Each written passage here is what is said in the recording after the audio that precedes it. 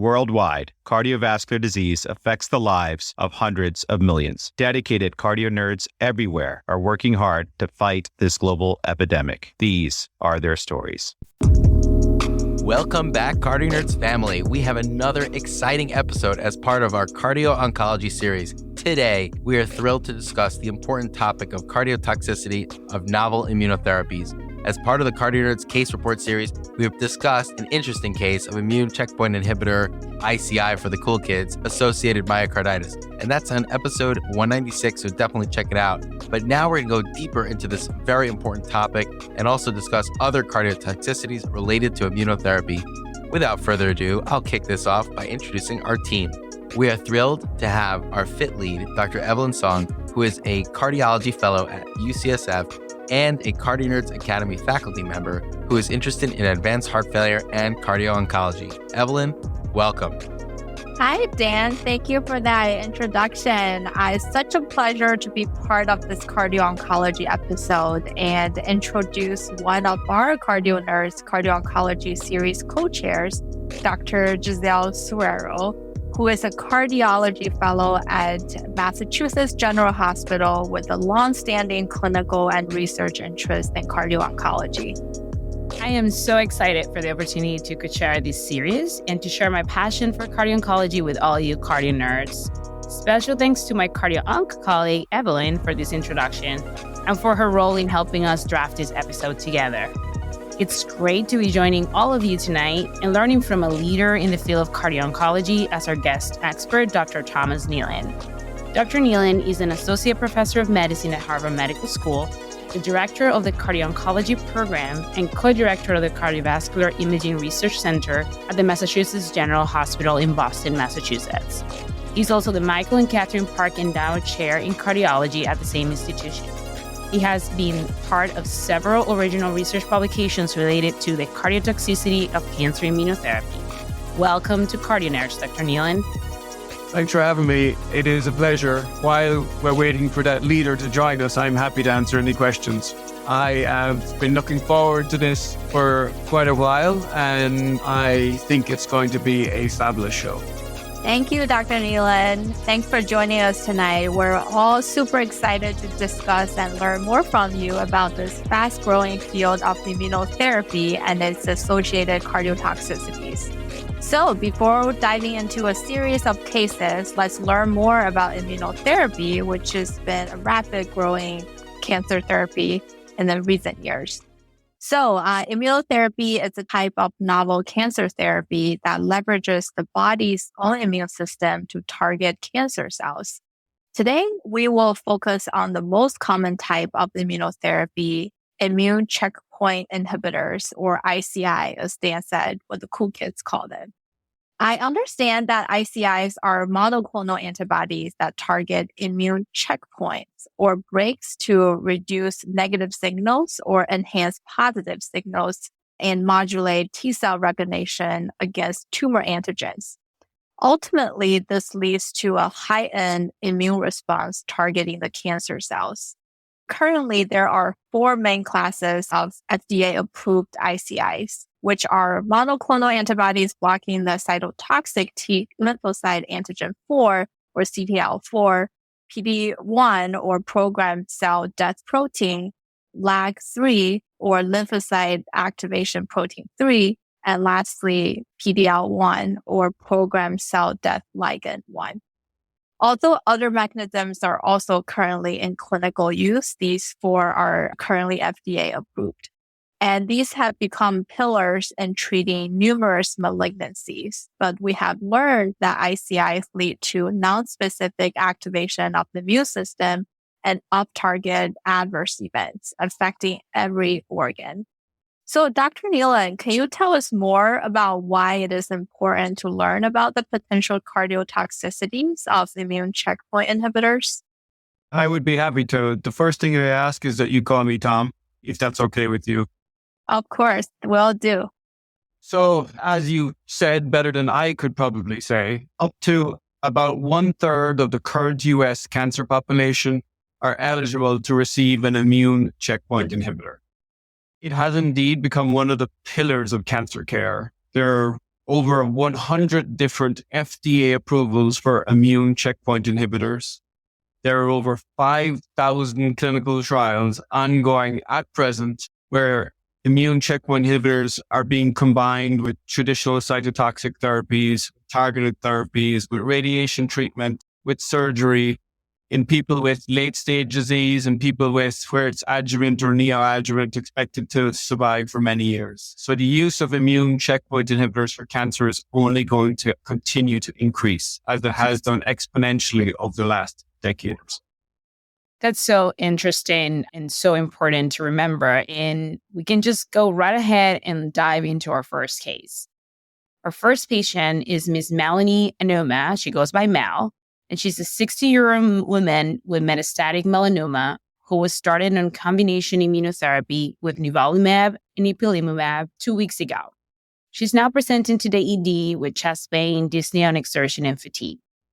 Tom, I want to point our CardioNerds audience to check out the primer that was led by Dr. Lily San and was published in JACC CardioOnc last year, where your group and her described the evolving landscape of immunotherapy and the clinical spectrum of the cardiac immune-related adverse events that are associated with ICI therapy. So can you share with us what are the most common ICI-related cardiac adverse events, and which ones would you consider in this patient?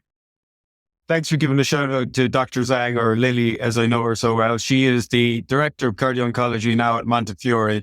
She led that publication where we gave a brief overview of the toxicities and the landscape of immune checkpoint inhibitors. The way I would answer your question is relatively simply, in that if there's a cardiovascular event that's associated or driven by excess inflammation or immune activation, then that cardiovascular event can be increased by the use of immune checkpoint inhibitors. And so the response to that statement is, but Tom, every cardiovascular event is driven by inflammation and immune activation. And therein lies the final answer. Every cardiovascular event can be increased by the use of immune checkpoint inhibitors. But what are the feared ones? The feared ones acutely, the main feared one is the development of myocarditis. Myocarditis with immune checkpoint inhibitors, the incidence is a little debated.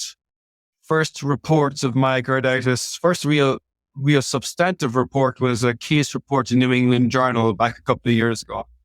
And they used a pharmacovigilance database, and in that single agent therapy was far less than 0.1%, and combination therapy maybe 0.2 or 0.3%.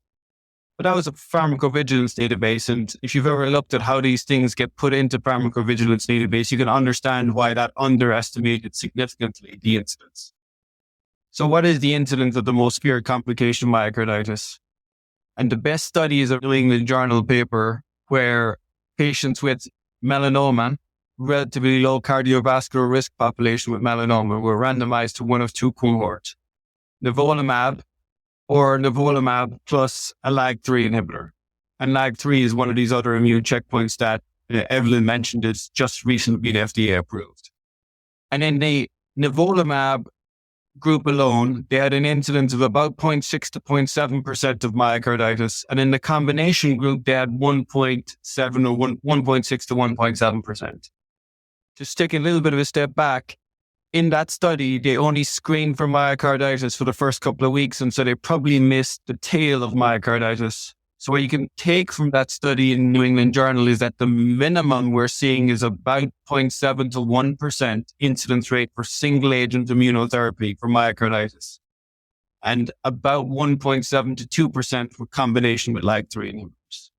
Still relatively an uncommon complication, but an absolutely feared complication because of the rates of major adverse cardiac events that occur in patients who developed myocarditis. And so what are those rates of major adverse cardiac events, and what are the major adverse cardiac events?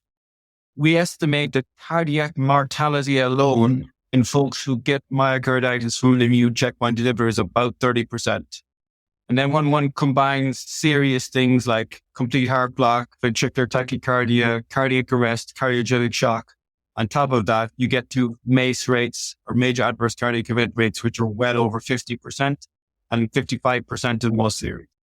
So it's an uncommon toxicity. It's typically an acute toxicity, which is what one would worry about in the case you presented, but it's associated with a very high rate of major adverse cardiac events. And that's why it is at the top of our differential. This is so very helpful. And thanks for going through the myocarditis and then the associated cardiac pathologies that we could see associated with checkpoint inhibitors. So, and you sort of alluded to this already, but how does the timing of checkpoint inhibitors relate to the onset of the adverse events? Do you typically see the adverse events in early phases of therapy, or is this something that we see early phase and also as the treatment course continues or even after treatment? Great questions. So we think that most of the cases occur early, and data are a little variable, but actually not too variable. And we think that at least 80% of cases occur within the first 3 months. And so if you screen within the first 3 months, you'll pick up the vast majority of cases. So this patient that Giselle presented is right in that early 3-month period where our concern would be highest. Now, we do have 20% of cases that present after 3 months. And it's kind of a relatively interesting and evolving observation that most of the cases that present early present with EKG abnormalities, elevated troponin, real true acute myocarditis.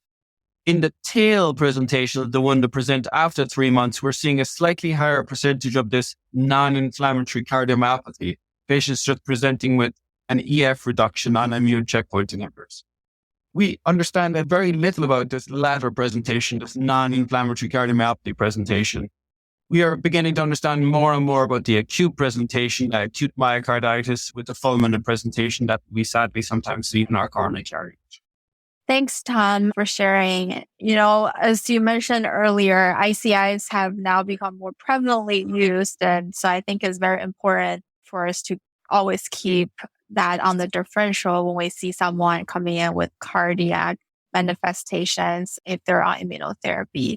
So let's move on with our patient, as initial labs were notable for elevated troponin and BNP with non-specific T-wave changes on ECG.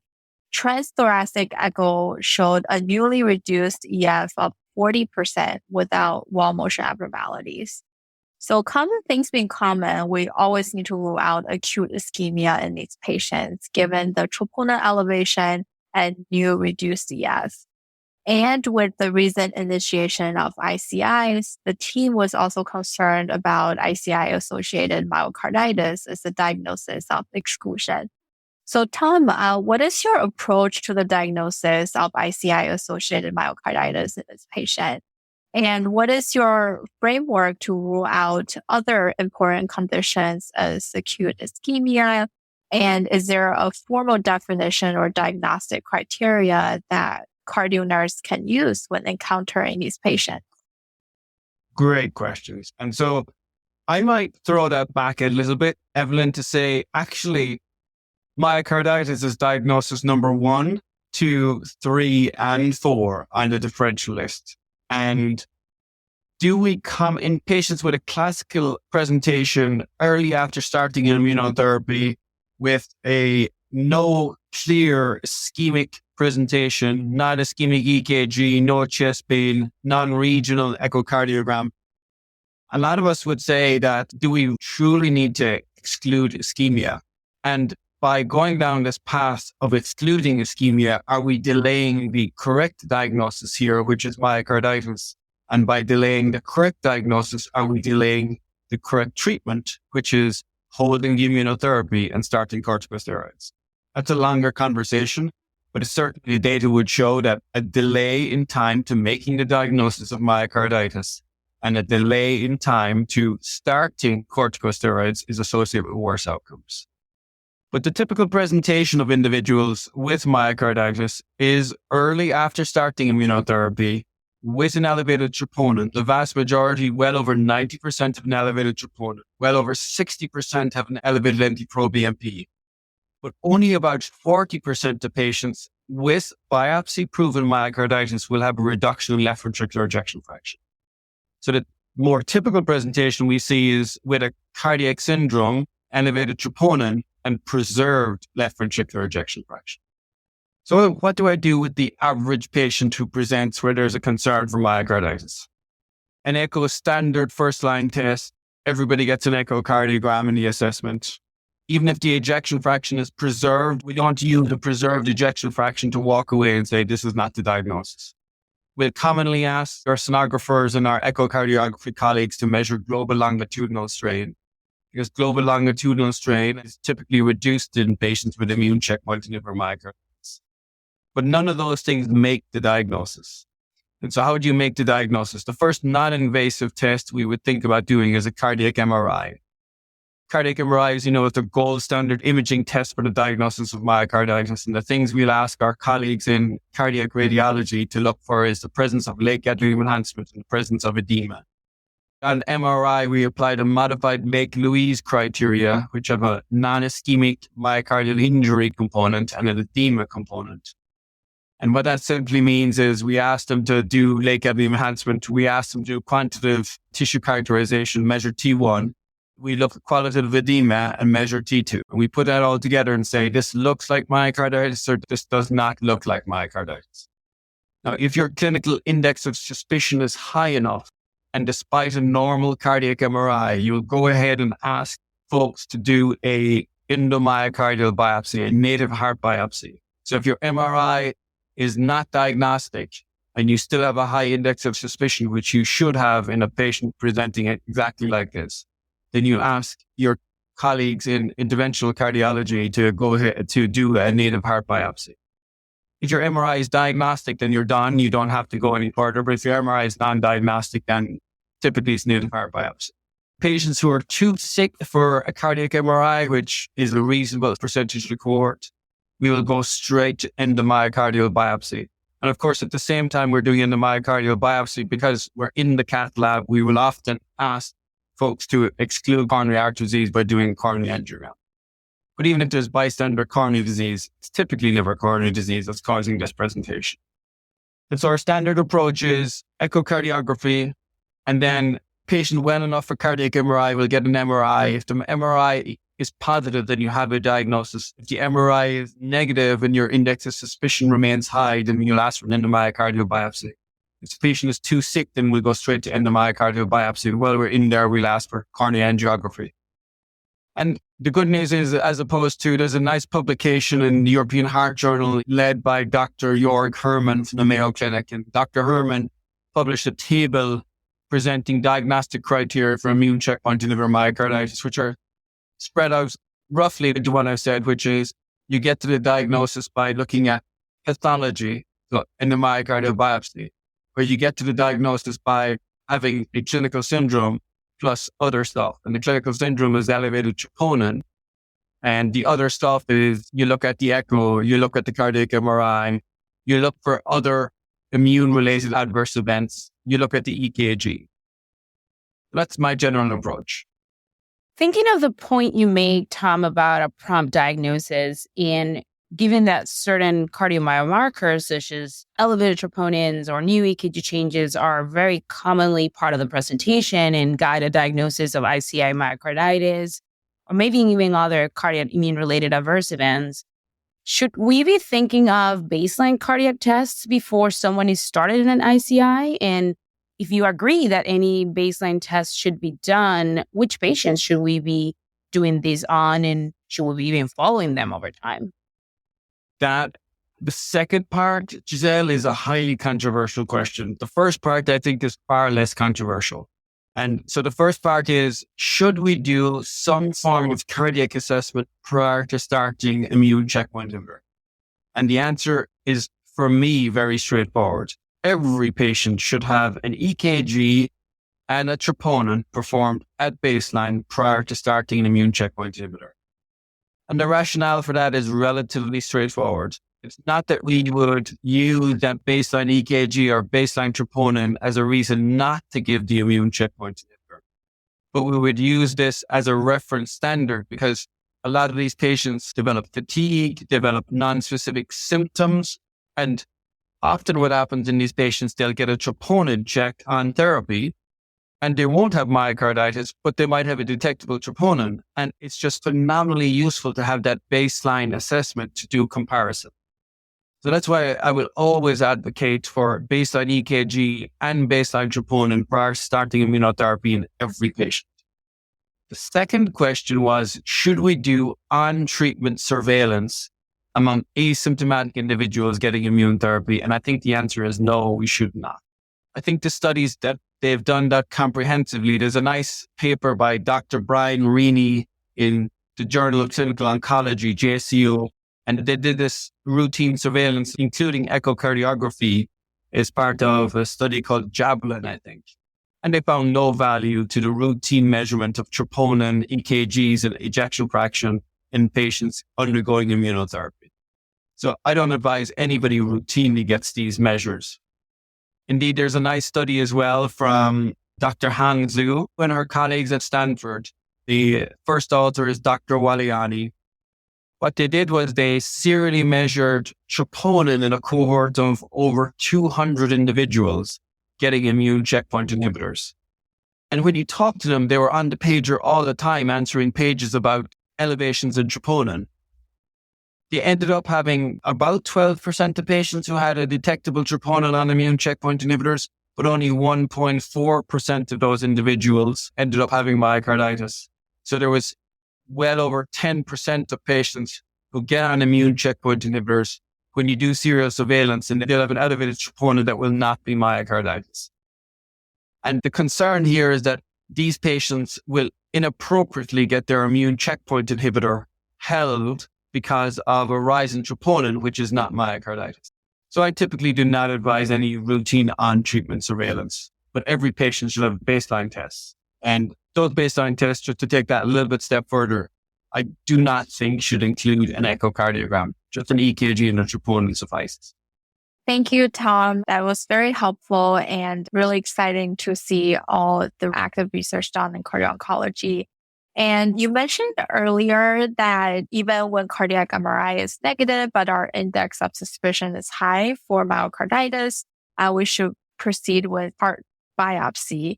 And I'm just curious, what's the sensitivity of cardiac MRI? And is there any role for other imaging modalities, such as FDG PET, before going for a biopsy? Great question. So depends on your cardiac MRI. Let me say that. And so there are different approaches for the assessment of potential myocarditis on cardiac MRI. And so the standard approach many years ago was look for edema on black blood imaging and look for late gadolinium enhancement. If they're the only tools in your toolbox, along with left ventricular ejection fraction and pericardial effusions, then you're going to miss myocarditis in about 48 or 50% of cases with a preserved ejection fraction and about 25% of cases with a reduced ejection fraction. However, the world of cardiac MRI has moved beyond these qualitative approaches to more quantitative approaches. And the quantitative approaches are where we do T1 and T2 mapping. And if you're able to do T1 and T2 mapping along with late gadolinium enhancement and edema on black blood imaging, then the sensitivity and specificity of cardiac MRI increases dramatically. And you're quite unlikely, especially with the use of T1 mapping, to miss myocarditis. And so your second question, Evelyn, was what is the role of other modalities, including FDG PET? And that question is relatively easily answered. There is no value in doing FDG PET in these patients. There is a nice study, and I'm sadly blanking on the first author, which was published in 2021, where a group in France took a cohort of patients with suspected immune checkpoint inhibitor myocarditis. And the entire cohort was maybe 30 patients or so, or a little bit larger. And all patients underwent endomyocardial biopsy to prove or disprove the diagnosis. And all patients underwent an FDG PET. And there was no difference in FDG PET signal between those patients who subsequently had biopsy-proven myocarditis as compared to those individuals who had biopsy-excluded myocarditis. So we routinely do not advocate for FDG PET in patients for when the concern is immune checkpoint inhibitor myocarditis. Now, I want to take that a little bit step further. And that's not to say that there may be no value in PET-based approaches to this diagnosis, because there's some really exciting preclinical data suggesting that there may be a role for other PET-based tracers in the diagnosis of myocarditis. So there's a nice study using a somatostatin-based tracer, which is a measure of edema. And there's also a nice study using FAP, or fibroblast activating protein, a measure of fibrosis, as a potential marker on PET for immune checkpoint inhibitor myocarditis. But those are not approved tracers, and they're early phase studies with small sample size. Tom, what do we know so far about the pathophysiology of immune checkpoint inhibitor associated myocarditis? How do biopsy findings compare to other types of autoimmune mediated conditions such as giant cell myocarditis or transplant rejection? So the latter is a really great question. And the reason why is it's pathologically almost identical to transplant rejection.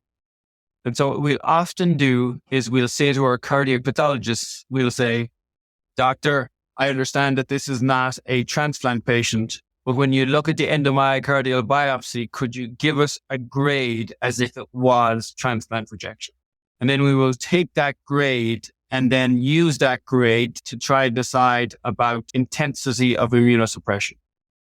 Now, as what the pathological drivers of myocarditis are, we really do not understand. There's a nice paper in New England Journal of Medicine which suggests maybe it's shared antigen between the tumors, between the cardiomyocytes, between the myocytes. That's certainly a possible theory. We have a limited understanding of the pathophysiology that drives immune checkpoint inhibitor myocarditis. This understanding needs to improve. And until very recently, our understanding was partially hampered by the lack of robust animal models to better understand the disease. And in 2020 or so in Cancer Discovery, there was an elegant paper published which successfully recapitulated the phenotype, which is immune checkpoint inhibitor myocarditis in a mouse model. And I think that will give us a better understanding. But before we get updated data from those mouse models, I think we're left with several possible theories for drivers. One of those theories is shared antigens across between the tumors, between the cardiomyocytes and muscles. There are other possible theories, and this is an evolving area. CardioNerds are increasingly encountering these patients with ICI myocarditis on the front lines, and these numbers are just meant to increase. As we learned today, delay in diagnosis and treatment should be avoided, and these patients really present very sick, sometimes with acute heart failure, and they could quickly progress to either cardiogenic shock or life-threatening arrhythmias. Tom, you mentioned earlier some of the treatment strategies with corticosteroids. So can you tell us a little bit more about the initial management and the dosing for these patients? Great question, Giselle. So first thing, non-pharmacologically, every patient with suspected immune checkpoint inhibitor myocarditis, where there's a reasonable index of suspicion, should be admitted to an acute care facility. And every patient should be admitted to an acute care facility whereby they can handle the potential complications of immune checkpoint inhibitor myocarditis. And those include complete heart block and cardiogenic shock. That's the first step. Second step is all patients should have their immune therapy temporarily held at least until the diagnosis is made. That's fairly easy because a lot of these patients get these infusions of immune checkpoint inhibitors every couple of weeks, so it's not like they're getting them every day. Typically, we advise these patients are admitted to a unit which has telemetry capabilities and has the ability to have backup pace. The fourth thing we advise, again, non-pharmacologically, is that it's a multidisciplinary approach involving their inpatient and outpatient cardiology teams to try and optimally manage the patient. Here at MGH, we have this thing called the Severe Immunotherapy Complications Group. And what that is, a centralized resource where patients on immune checkpoint inhibitors are admitted to an oncology-led service when they have these severe immunotherapy complications. And then they will consult the pulmonologist, they'll consult the hepatologist, they'll consult gastroenterologist, depending on what the main immune complication is. So those are the first couple of things: admission, telemetry, holding immune therapy, multidisciplinary approach. And then once you make the diagnosis, what's the first step in pharmacological management of these patients? And the first step is corticosteroids, and corticosteroids. There are several guidelines out there which all say one should treat these patients with corticosteroids. But the guidelines vary a little bit is what the optimal dose of corticosteroids should be for the initial management of these patients. And so I'm going to throw out a couple of names, like ASCO, American Society of Clinical Oncology, have a set of guidelines. SITC, Society of Immunotherapy, has a set of guidelines. NCCN, National Cancer Network, has a set of guidelines. ESMO, European Society of Medical Oncology, has a set of guidelines. And most of them don't say exactly the same thing. Two of those guidelines, NCCN and SITC, say give a gram of solumedrol if you're concerned or if you have a diagnosis of immune checkpoint inhibitor myocarditis. ASCO, American Society of Clinical Oncology, says start with 1 to 2 milligrams per kilogram of prednisone and escalate the dose of corticosteroids rapidly if there's no response. I can tell you here, we generally start every patient with myocarditis on 1 gram of solumedrol per day. And if there's a response to that gram of solumedrol, then we continue it for the next couple of days and then taper it to 1 to 2 milligrams per kilogram of oral prednisone after a couple of days and continue to watch to make sure there's a response to corticosteroids. And that's our general initial approach to these management to these patients. It definitely makes sense to treat these patients in specialized centers, as you talked about, Tom. And it sounds like corticosteroids are the cornerstone of treatment. However, are there any additional therapies that are recommended, and what would trigger us to seek out and use these therapies? I would say that there are other therapies which are reasonable to consider in patients who are either corticosteroid resistant or maybe even in sicker patients up front. Think about combined initial immunosuppression. But the guidelines vary widely on what those second-line agents should be for patients who break through on corticosteroids or for patients who may require more intensified immunosuppression upfront. And so what are the potential options? And the following is a select list. One can consider IVIG. One can consider Cellcept. One can consider ATG. One can consider alemtuzumab. One can consider abatacept. One could consider plasmapheresis. And finally, there are some data for JAK-STAT inhibitors. So all these are other potential therapies which could be used in patients who require additional immunosuppression on top of corticosteroids. I don't think we have any data to support any of them, and it's an area which urgently needs data. So I can give you our general approach here in that if a patient needs an additional immunosuppression and they're not responding to high-dose corticosteroids, we will generally add Cellcept. If the patient needs additional immunosuppression, but they're not well, so they've had an event, then the conversation turns to one of the following, either ATG, alemtuzumab, or abatacept. But we need more data. And small plug, but we're working on a clinical trial right now called the Atrium trial. And in that Atrium trial, we're randomizing approximately 400 individuals throughout the United States and Canada to corticosteroids, i.e. a gram of solumedrol, or corticosteroids plus abatacept. And abatacept is given at randomization. Abatacept, our study drug, is given at randomization, again at 24 hours, again at day 14, and there's an actual fourth dose at day 28. But we need data like that to better understand what these patient options are, because sadly, a lot of them break through on corticosteroids, number one. And then number two, a massive issue with corticosteroids is such high doses of corticosteroids may adversely impact cancer outcomes. And so we're very cognizant of the fact that in patients who get a gram of solumedrol, we may be winning the battle, i.e. treating the myocarditis, but we may be losing the war, i.e. their overall cancer care. So far, we learned that patients with ICI-associated myocarditis can present very acutely and require prompt diagnosis and treatment and also a multidisciplinary approach. Tom, I'm curious, how prevalent is subclinical myocarditis, and what is your approach in managing these patients who are incidentally diagnosed screening? And is it safe to continue their immunotherapy? Or do you typically need to start empiric steroids or empiric treatment for possible myocarditis? That is a great but hard question to answer, Evelyn. So subclinical smoldering myocarditis is an under-recognized entity. So I'm going to give you a couple of scenarios and try and think that through. So we will often get referrals for patients, and the question will be, I have a patient on immunotherapy. They had a baseline troponin, which was undetectable. The patient is otherwise well, but for some reason, they had a troponin value drawn, a high sensitivity number, troponin T, maybe it's 30. And the question is, what does that mean and what do we do?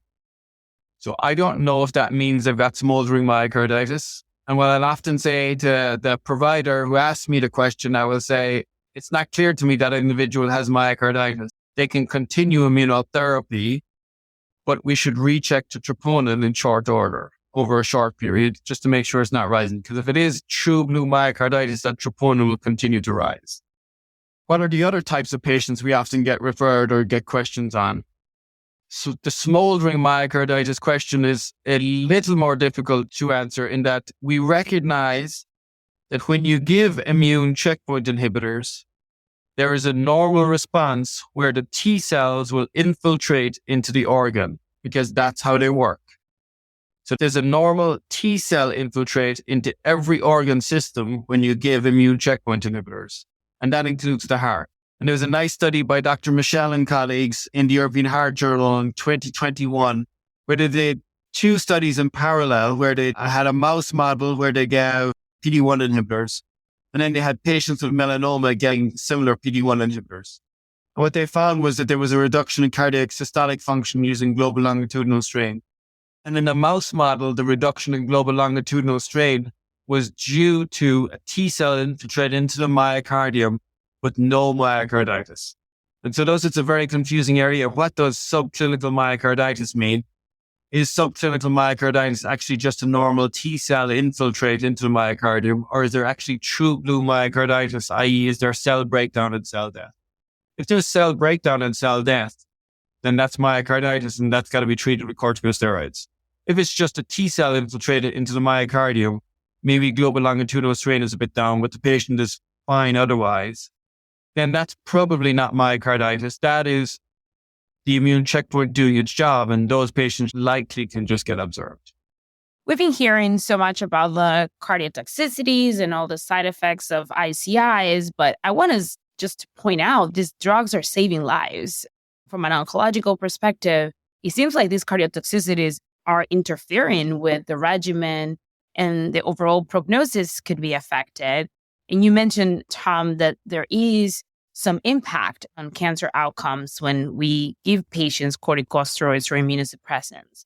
Do we have any data on the impact that having a cardiotoxicity or receiving corticosteroids can have on cancer outcomes? And even when a patient develops an ICI myocarditis or another side effect, can they have a second chance and be rechallenged with these saving ICI therapies?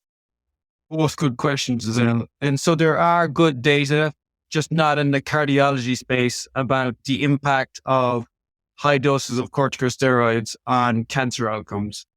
And so those data are, if you take a step back, when you give an immune checkpoint inhibitor, about 70% of patients will get an immune-related adverse event.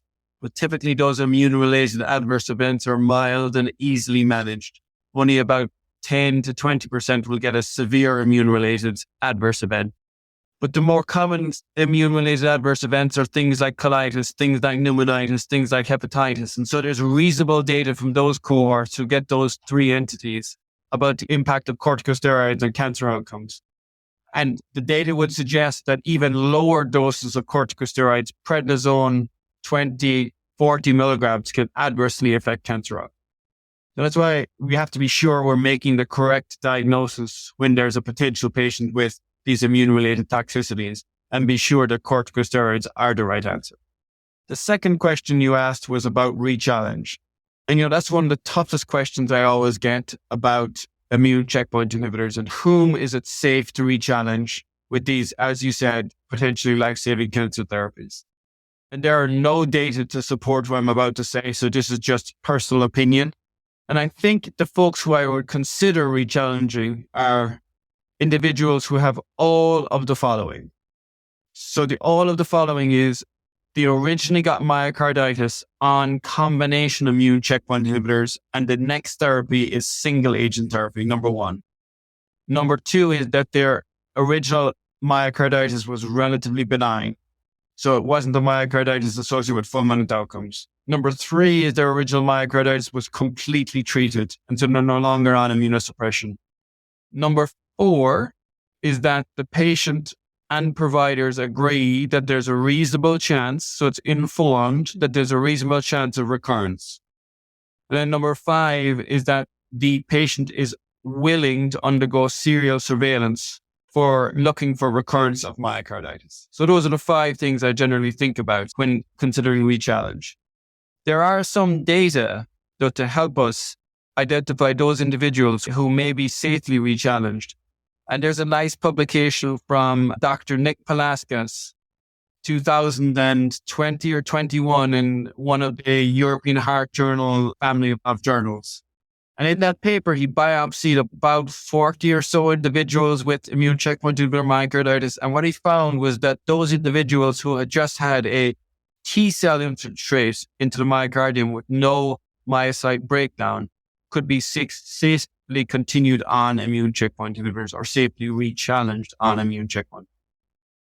Let's now turn our attention and discuss immune checkpoint inhibitor related cardiotoxicities beyond myocarditis.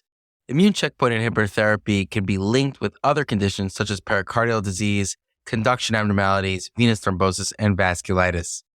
Tom, would you mind telling us a little bit about how common these conditions are, since we definitely focused more on myocarditis? And are these conditions occurring in the same time frame, the acute phase, or do these occur later on?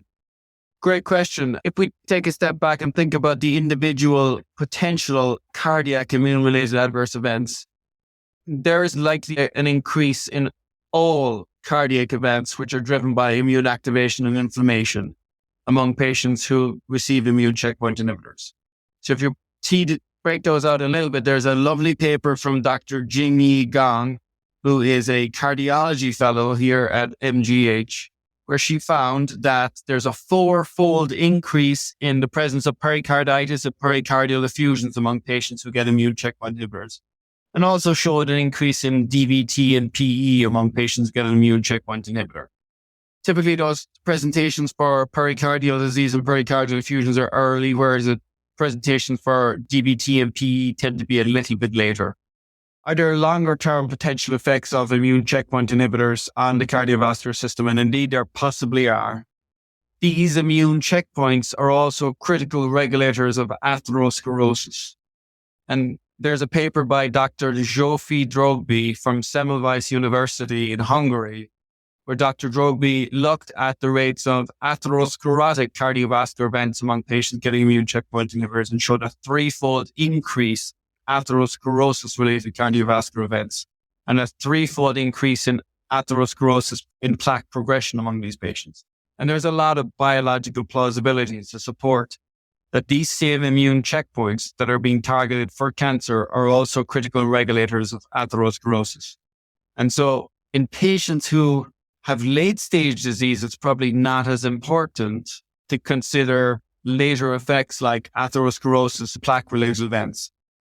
But it probably is important in patients with adjuvant and neoadjuvant care for whom the expected survival is thankfully measured in decades, that we may be accelerating atherosclerosis with the currently FDA-approved immune checkpoint inhibitors.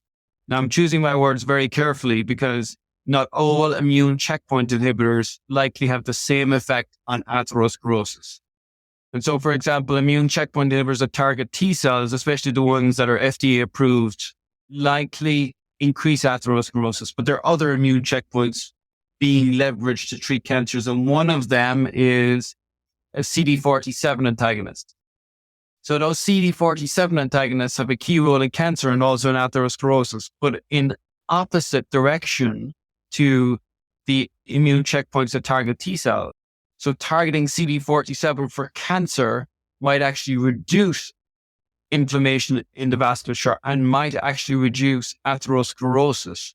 And so there may be this paradigm where it depends on the immune checkpoint inhibitor you're talking about. Well, just in time, our nukes patient rolled in.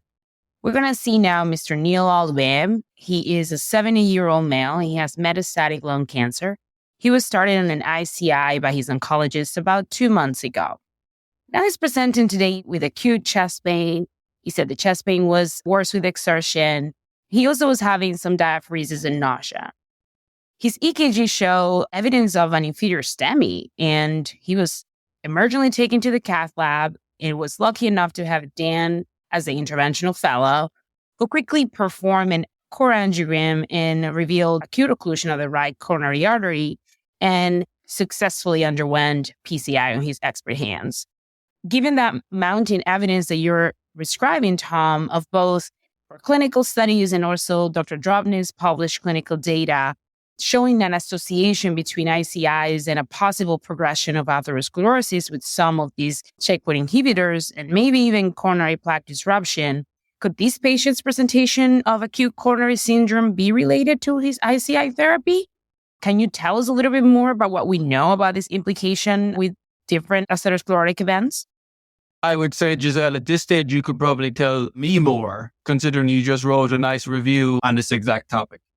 So we do think that some patients, especially adjuvant and neoadjuvant patients, will get accelerated atherosclerosis on immune checkpoint inhibitors. There are limited data, and this is an area of very active research. But I think what the data showed thus far is that the animal data are clear in that immune checkpoint inhibitors being targeted for cancer are key regulators of atherosclerosis biology. And targeting these immune checkpoints in animal studies leads to an increase in atherosclerosis. In the opposite, actually, it looks like abatacept, which is a CTLA-4 agonist in animal studies associated with reduction in atherosclerosis. And indeed, in rheumatoid arthritis patients, it looks like giving abatacept was associated with a reduction in atherosclerosis-related cardiovascular events. And so we're going to have to be a little more mindful that as patients, especially earlier stage patients, adjuvant and neoadjuvant patients, get these therapies, that there's a potential for accelerated atherosclerosis. But the management would be very different. So if a patient's on an immunotherapy and they come in with a myocardial infarction that's related to plaque rupture, we typically don't give those patients corticosteroids. Actually, we don't give those patients corticosteroids, and we don't hold immunotherapy. We just need to better understand what's driving the plaques in those patients and think about a targeted therapy that might help those individuals. Tom, thank you so much for that. And Giselle, wow, we are super excited to read your paper. Congratulations. Going back to you, Tom, is there any role for therapies to prevent the progression of atherosclerosis associated with immune checkpoint inhibitor therapy? Oh, fabulous question. So again, Dr. Drogby looked at this because two factors she found were associated with less plaque progression. Factor number one was corticosteroids. So those individuals on corticosteroids had less plaque progression, which kind of makes it biologically all plausible. However, you're not going to give these individuals corticosteroids because it's going to adversely impact cancer outcomes. The second thing, which looks like it slowed but didn't completely reduce plaque progression, was statins. And so individuals on statins had less plaque progression than those individuals who are not on statins. But the challenge with that data is that the statin use in immune checkpoints is associated with higher rates of CK elevation and higher rates of myositis. And that's a relatively feared complication among patients on immune checkpoint inhibitors. We actually don't have a good biological intervention right now to target atherosclerosis. And we just need better research to understand what drives atherosclerosis in these populations. And that research, there are a lot of potentials out there. So what are the potentials that might slow plaque progression? There's an elegant paper in Nature Medicine where a group in Southeast Asia looked at PCSK9 inhibition, and they looked at PCSK9 inhibition to see if it could improve the efficacy of immune checkpoint inhibitors on cancer cell death. So could PCSK9 inhibition on top of immune checkpoint inhibitors in various animal cell lines increase the responsiveness to immune checkpoint inhibitors? And the answer was yes. Of course, the study I'm now thinking about is whether giving PCSK9 inhibitors to patients on immune checkpoints is associated with better cancer outcomes and better vascular outcomes. That's number one. Number two is there are studies out there like CANTOS, where groups targeted inflammation. CANTOS, they targeted with canakinumab, IL-1 beta. And in CANTOS, there was a reduction in atherosclerotic cardiovascular events and a reduction in incident lung cancer events. So there's the potential to think about IL-1 beta inhibition in this population. But in reality, we're flying a little blind and we need more research to better understand what's driving the plaque here. Wow, this is such an exciting area, and we learned so much today so far about ICI-related cardiotoxicity. So let's next shift our focus to our last case for the day. So I have Mr. Kim Eric here, who is a 60-year-old male with relapsed large B-cell lymphoma, who was started on CAR T-cell therapy or CD19 targeting chimeric antigen receptor T-cell therapy. And now he developed persistent atrial fibrillation and had high-grade cytokine release syndrome or CRS. Tom, can you tell us more about the manifestations of cardiotoxicity associated with CAR T-cell therapy? Yes, this is equally as interesting an area of investigation. And I think what the investigations thus far have shown is there are about 20 to 30 patients who get CAR T-cell therapy who have a cardiovascular event. Now, what is that cardiovascular event? It could typically there are arrhythmias, supraventricular tachycardia, atrial fibrillation, atrial flutter, occasionally ventricular tachycardia, hypotension, typically the hypotension due to capillary leak syndrome, the development of a cardiomyopathy, so reduction in left ventricular ejection fraction and clinical heart failure, cardiogenic shock in some individuals. So roughly about 20 to 30% of patients who get CAR T-cell therapy will have a cardiovascular event. Who are those individuals who do have a cardiovascular event after CAR T-cell therapy? And they're generally patients with pre-existing cardiovascular disease, number one. They're also patients who have a higher burden of disease, number two. And the third thing is it's generally patients who get this cytokine release syndrome. And CRS or cytokine release syndrome became really famous during COVID. But cytokine release syndrome is a common occurrence among patients who get CAR T-cell therapy. Typically occurs about 5 to 6 days in. Fevers, tachycardia, hypotension, non-fluid responsive. And those are the folks, especially folks with higher grades of cytokine release syndrome or CRS, are the individuals who tend to get cardiac-related complications from CAR T-cell therapy.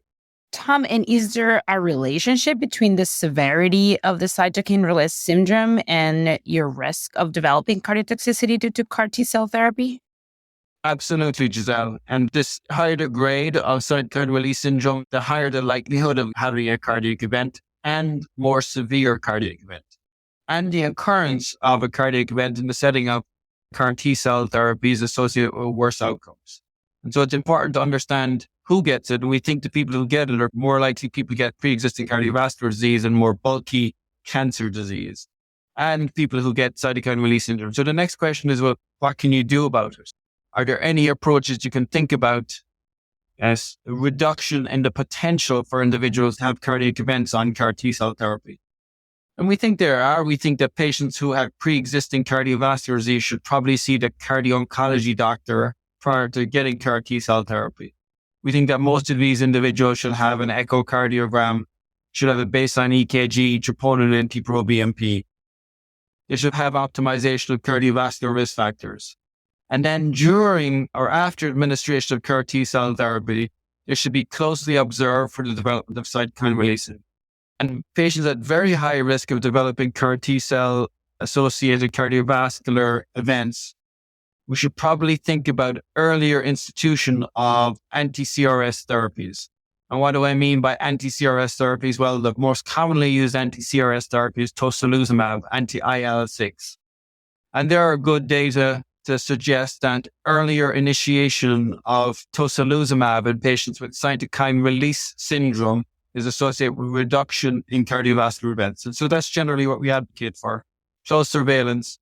If somebody's at high risk, earlier initiation of tocilizumab with the idea of minimizing this CRS effect on the heart. Tom, thank you so much for joining us today to discuss immunotherapy-related cardiotoxicities. We learned so much from you, and it's such an exciting field, and there's so much that we still don't know yet. And I'm looking forward to see what we find out in the near future. So before we end the episode, I have one final question for you, Tom. What makes your heart flutter about cardio-oncology? I think it's kind of a humbling subspecialty within cardiology. And what I say is we're certainly at the early stages of understanding most of the toxicities and how they relate to certainly immune therapies. The other thing that's kind of humbling and that's kind of interesting is the world of cancer biology changes on such a rapid basis. New therapies are being introduced all the time. And with these new therapies, there's the potential for many of them to have cardiovascular effects. And so our understanding is continuously evolving. And so this is a field where there's continuous growth, where there's continuous opportunity to learn and to improve. And that's kind of what makes the heart flutter when I think about cardio-oncology. What an incredible episode. Thank you again, Tom, for sharing so many practical points on this important topic. I'm sure CardioNerds everywhere are now much more informed on how to diagnose and manage these patients. We also hope that CardioNerds continue to learn and be excited about cardio-oncology with this CardioOncology series. We look forward to continue with this amazing series, so stay tuned. Thanks for tuning into another CardioNerds episode. The audio editing for this episode was performed by me, Mariam Barkordarian. I'm a CardioNerds Academy Fellow in House Toxic and the resident at Hackensack Meridian Health. Check out the episode page for show notes and references. If you found this episode or the show informative, please consider subscribing to CardioNerds on your favorite podcast platform and leaving us a review. It really helps us spread the word and further our goal to democratize cardiovascular education. Finally, this podcast is not meant to be used for medical advice. The view expressed on our show and site do not reflect the opinions or policies of our employers. All CardioNerds content is planned, produced, and reviewed solely by CardioNerds. Stay tuned for more engaging conversation and exploration in our upcoming episodes. And now it's time to make like an S2 and a split.